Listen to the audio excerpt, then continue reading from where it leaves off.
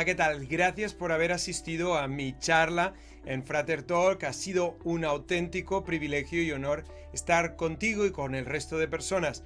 Han quedado preguntas por responder, no ha dado más tiempo y por eso he decidido preparar este vídeo. En este vídeo voy a resolver cada una de las preguntas que habéis dejado en el chat y que yo no he tenido ocasión de poder responder ahí. Por lo tanto, vamos a la primera. La primera pregunta que tengo dice... pregunta para Xavier. Temática pandemia. ¿Cómo buscar el equilibrio de los mensajes en la ciudadanía heterogénea en comportamiento? ¿Consideras por tu experiencia que utilizan la PNL para conseguir el equilibrio? ¿O siempre hay un porcentaje que damos por perdidos como puede ser un conductor temerario? ¡Uf! Es una pregunta que no sé yo si soy el más adecuado para responderla, pobre de mí. Yo me dedico al estudio de la experiencia subjetiva, al estudio de lo que le pasa a una persona y cómo entrenar a la gente para que puedan actuar sobre el uno a uno. No me dedico a la comunicación en masa ni cómo llevarla a cabo, aunque evidentemente tengo conocimientos también de eso. Pero voy a intentar dar algún tipo de respuesta al respecto de esto. Bueno, primero de todo, tenemos que entender que, como bien dice la pregunta, hay muchas personas, cada una de ellas diferentes. Y esto es algo muy habitual en el mundo de la comunicación, del marketing, etc. Es decir, funcionamos por campana de Gauss y los mensajes intentan dar en esa población del percentil, entre el percentil 20 y el percentil 80, para entendernos, ¿no? O quizá ni eso igual sería muy presuntuoso, muy optimista, igual es desde el percentil 40 al 60, pero ya es muchísima gente la que cabe ahí y por lo tanto eso ya sirve. Cuando hablamos de la pandemia, yo creo que uno de los grandes problemas que ha tenido esta situación es que primero que ha pillado en falso, ¿no? Desprevenidos a todos los gobiernos y no ha habido tiempo de que la maquinaria seguramente de todo el sistema gubernamental funcionara adecuadamente, creo yo. Pero lo que creo que hubieran podido hacer es hacer mucho más gráfica la enfermedad, las consecuencias, etc. ¿A qué me refiero? Me refiero al puro hecho de que hablar del COVID y enviar ambulancias no es suficiente para que algunas personas acaben absolutamente convencidas o lo suficiente para llevar a cabo las medidas preventivas. Para eso se requiere, como las campañas de tráfico, se requiere crudeza, se requiere que la gente se pueda representar eso en la cabeza y que entienda las consecuencias de no hacer ciertas cosas. Por un lado esto, y esto seguramente pasaría por campañas de publicidad mucho más gráficas, mucho más crudas, etc. Por otro lado, algo que nos tira mucho a los seres humanos son los testimonios de la gente y por lo tanto ahí también seguramente una campaña mucho más enfocada a testimonios de gente hablando de. Y por otro lado, evidentemente tenemos el problema de la desinformación y cómo hay tanta información que afecta a la opinión de la gente de forma contraria a la prevención del COVID y también el desconocido, lo desconocido y sobre todo el hecho de que esto es un virus, no es algo que veas, no es un accidente de coche, no es ni fumar, no, es un virus. Y el hecho de que sea tan intangible hace que mucha gente tampoco se lo crea. Por lo tanto, sería un conjunto de todo esto. Fíjate que en tu ámbito preventivo, algo que yo cuando hacía el máster, participaba en el máster de prevención de riesgos laborales, algo que les decía es, una imagen vale más que 1000 palabras, pero es que una experiencia vale más que 1000 imágenes. Y eso quiere decir que tú puedes estar ahí pasando tu PowerPoint con accidentes laborales, situaciones increíbles, de gente ahí con una carretilla elevadora encima de otra y no sé qué, que eso hay gente que no le vale, que lo único que le vale a esas personas realmente es el tener una experiencia, pero claro, no puedes hacer que una persona tenga una experiencia de un accidente laboral, ¿verdad? Hay cosas que muchas veces no hace falta llegar a ese extremo para que entiendan las consecuencias. Siempre contaba en el máster cómo para entender los efectos del fumar sobre nuestros pulmones y sobre nuestra capacidad respiratoria, no hay nada mejor que coger a una persona, ponerle un boli Big, de esos Big Cristal, es igual, o Big Naranja, no importa, sacas el tapón, sacas la mina y dejas el tubito, o una pajita de estas de sorber, no importa. Y se la pones en la boca, le dices, ahora tápate la nariz y súbeme estas escaleras un momento. Verás lo que es insuficiencia respiratoria. Eso es una experiencia y vale más que 1000 pulmones sangrientos y llenos de tumores para algunas personas. Por tanto, es la combinación de todo esto. Vamos a la segunda. La segunda dice, siguiendo con la temática de pandemia que comenta David, nos ha tocado vivir un año difícil, con situaciones nunca experimentadas por el ser humano. Bueno, al menos en la época reciente, como dice la pregunta. En un entorno en el que recibimos continuamente noticias negativas y parece que nunca terminamos de salir del túnel del COVID, ¿qué podemos hacer por mantener una actitud positiva y aumentar nuestra capacidad de resiliencia? Bueno, esto me llevaría una masterclass entera, pero básicamente entendamos lo que es la resiliencia. Es una palabra que se utiliza mucho, pero poca gente sabe exactamente lo que quiere decir.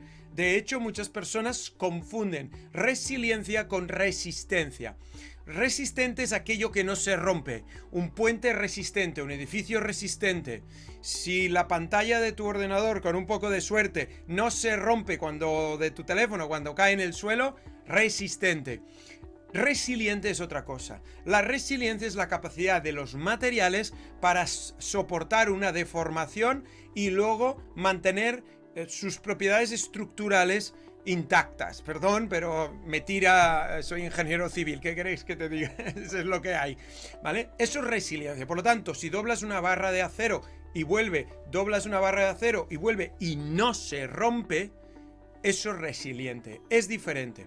Ahora, en el mundo de la psicología la resiliencia ha evolucionado, en el mundo de la economía también.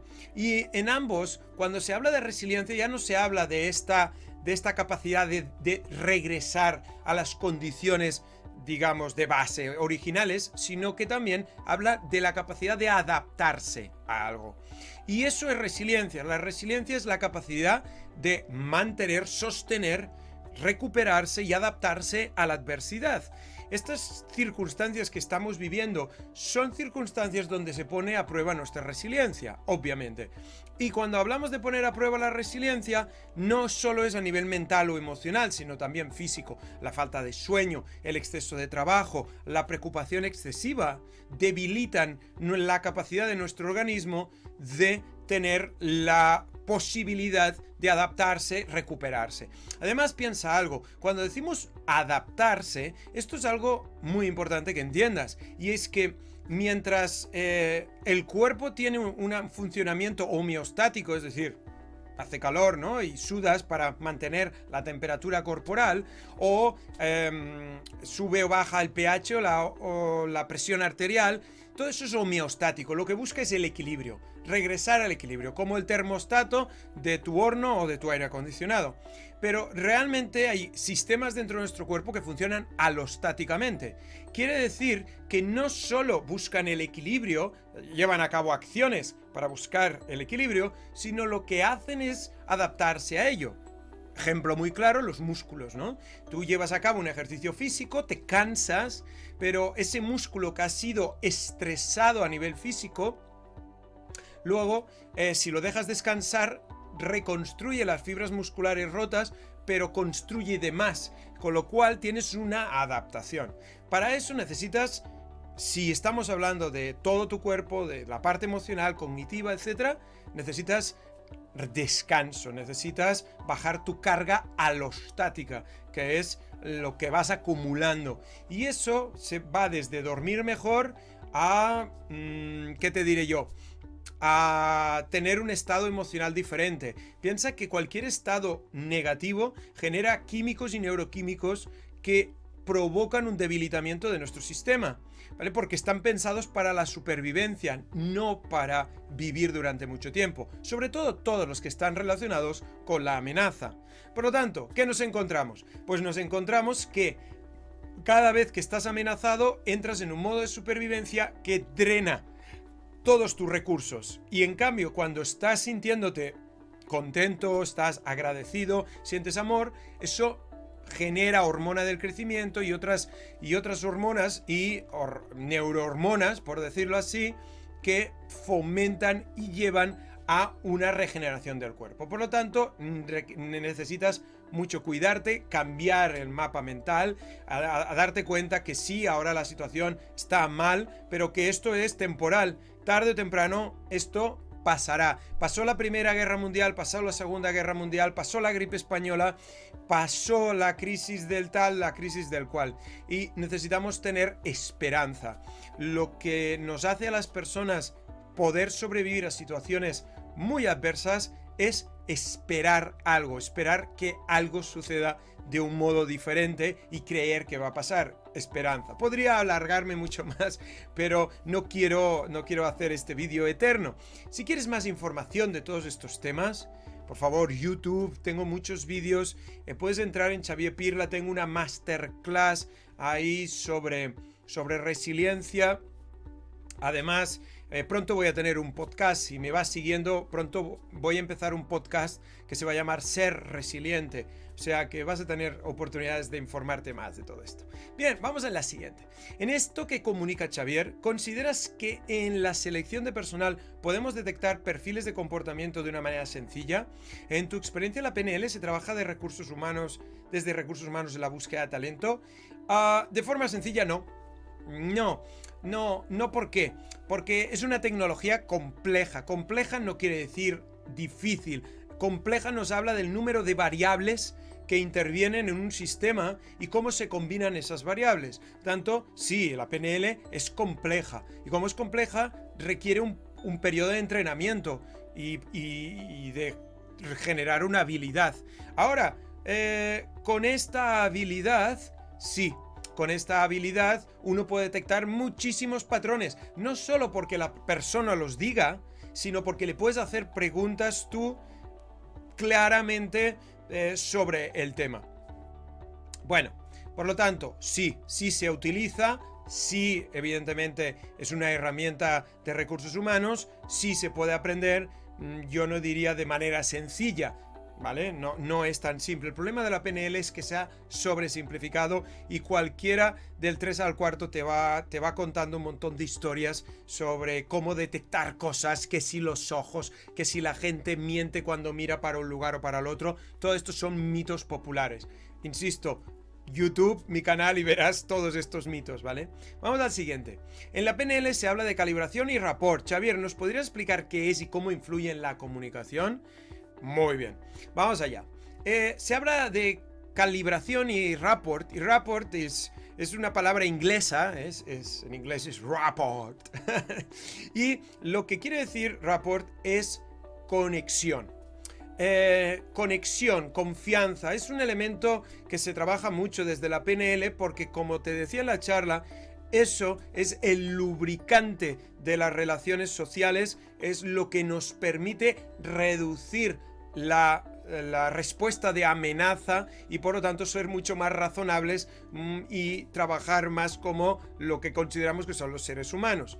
¿La calibración qué es? La calibración en PNL se habla de la capacidad que tenemos de observar, de detectar detalles en las personas, en sus respuestas verbales, no verbales, paraverbales, toda esa información para generar un patrón de conducta, para poder entender cuando una persona está diciendo la verdad o no, está enfadada o no, está siendo sincera o no, le está gustando lo que le digo o no, está encajando o no. Y eso es fundamental porque, como te decía en la charla, la PNL es muy parecida al ciclo de Deming, ¿no? Es decir, formulamos objetivos, analizamos los procesos, los parametrizamos y vamos viendo el seguimiento de esos procesos. Ahora, esto en una máquina pues te va a dar una serie de parámetros, ¿no?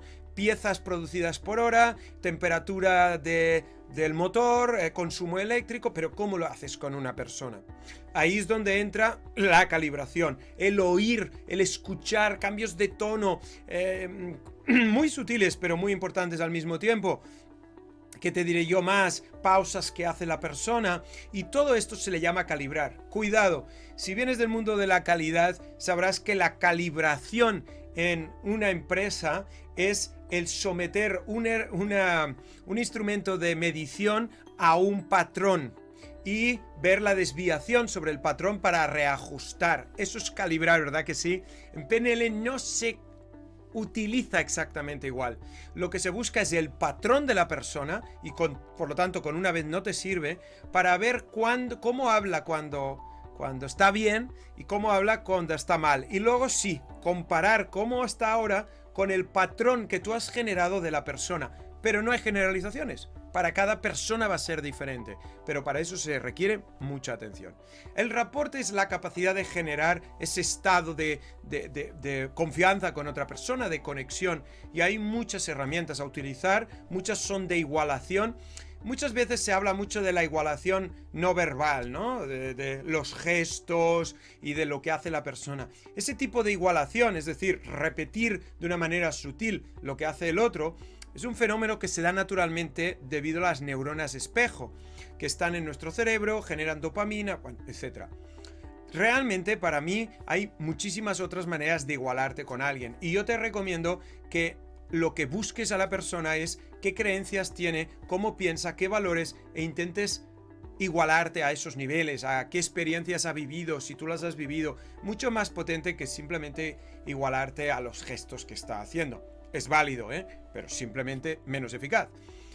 Muy bien, vamos al siguiente. ¿Nos podría explicar brevemente en qué consiste una cadena de excelencia o un anclaje que podamos aplicar profesionalmente en nuestro día a día? No. No brevemente. Pero bueno, voy a hacer lo que pueda, porque hay muchos conceptos. Nos hablan de cadena de excelencia o anclaje. Bien. ¿Qué es un anclaje? Un anclaje es una asociación entre un estímulo y una respuesta. Algo que descubrió Pavlov a principios del siglo XX con perros. Ahí apareció el condicionamiento. Algo que evolucionó con un señor llamado Watson y otro llamado Skinner. Y se desarrolló toda una rama de la psicología que tiene que ver con el condicionamiento humano. Y básicamente lo que pasa es que tu cerebro aprende. Si tú tuvieras un accidente en la fábrica, en tu empresa, y te amputaran un dedo, Dios no lo quiera, pero te amputan un dedo haciendo algo, de repente ahí tienes una respuesta emocional súper intensa, el dolor, el miedo, el pánico, la preocupación, unido a una escena. Ahora, eso se queda guardado, de hecho, eso es la base del estrés postraumático.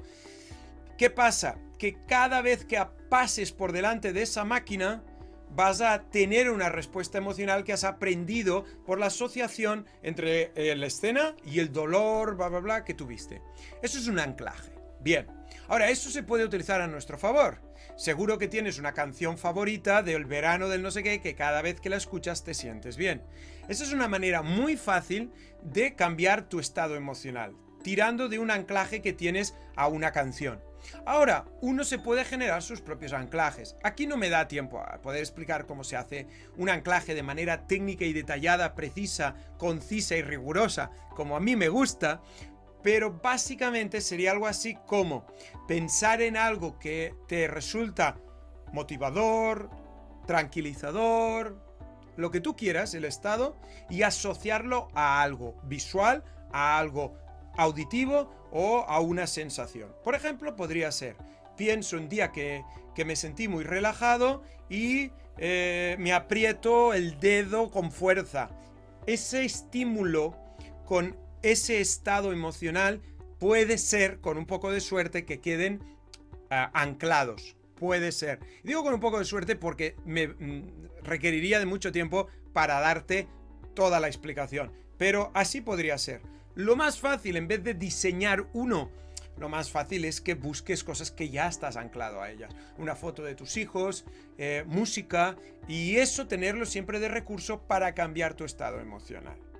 Lo siento, pero es que es una... ¡Buah! Esto da para un curso de PNL, ¿no? Vamos por la última. ¿Puedes recomendar algún libro para comunicar bien mediante la PNL? No. Lo siento, no hay. No hay buenos libros para comunicar adecuadamente con programación neurolingüística. Hay libros, pero no son buenos. A pesar de eso, le podría dar una vuelta y si se me ocurre alguno, se lo haría saber a Carlos y compañía. Es muy difícil encontrar un buen libro de comunicación en general. Yo tengo como 30 o 40 de persuasión, pero todavía es más difícil encontrar un buen libro, si es que los hay, sí que los hay, pero son ridículos, sinceramente, de PNL, y porque al final te acaban diciendo 4 obviedades, generalidades, y que no vale la pena, sinceramente, van más en contra de PNL que ir a favor. Por lo tanto, lo lamento mucho, pero no. Ahora, sigo recomendándote lo mismo. Tengo un montón de información en mi blog, en talentinstitute.com/blog, o en YouTube. Hay un montón de vídeos míos hablando de comunicación. Por tanto, eso igual te puede ser de ayuda. Bueno, lo dejo aquí, espero que haya respondido a tus preguntas. Me encantaría haberlo hecho mucho más largo, pero si no, tampoco te lo vas a mirar si es muy largo. Por lo tanto, prefiero dejarlo aquí. Espero que te sea de utilidad. Cualquier cosa, ya sabes, me puedes encontrar en LinkedIn, en Instagram, en YouTube, en Facebook, mi página web talentinstitute.com, mi página web xavierpirla.com. Vaya, estoy en la sopa. Nada más, muchísimas gracias, que tengas mucha suerte y buen trabajo.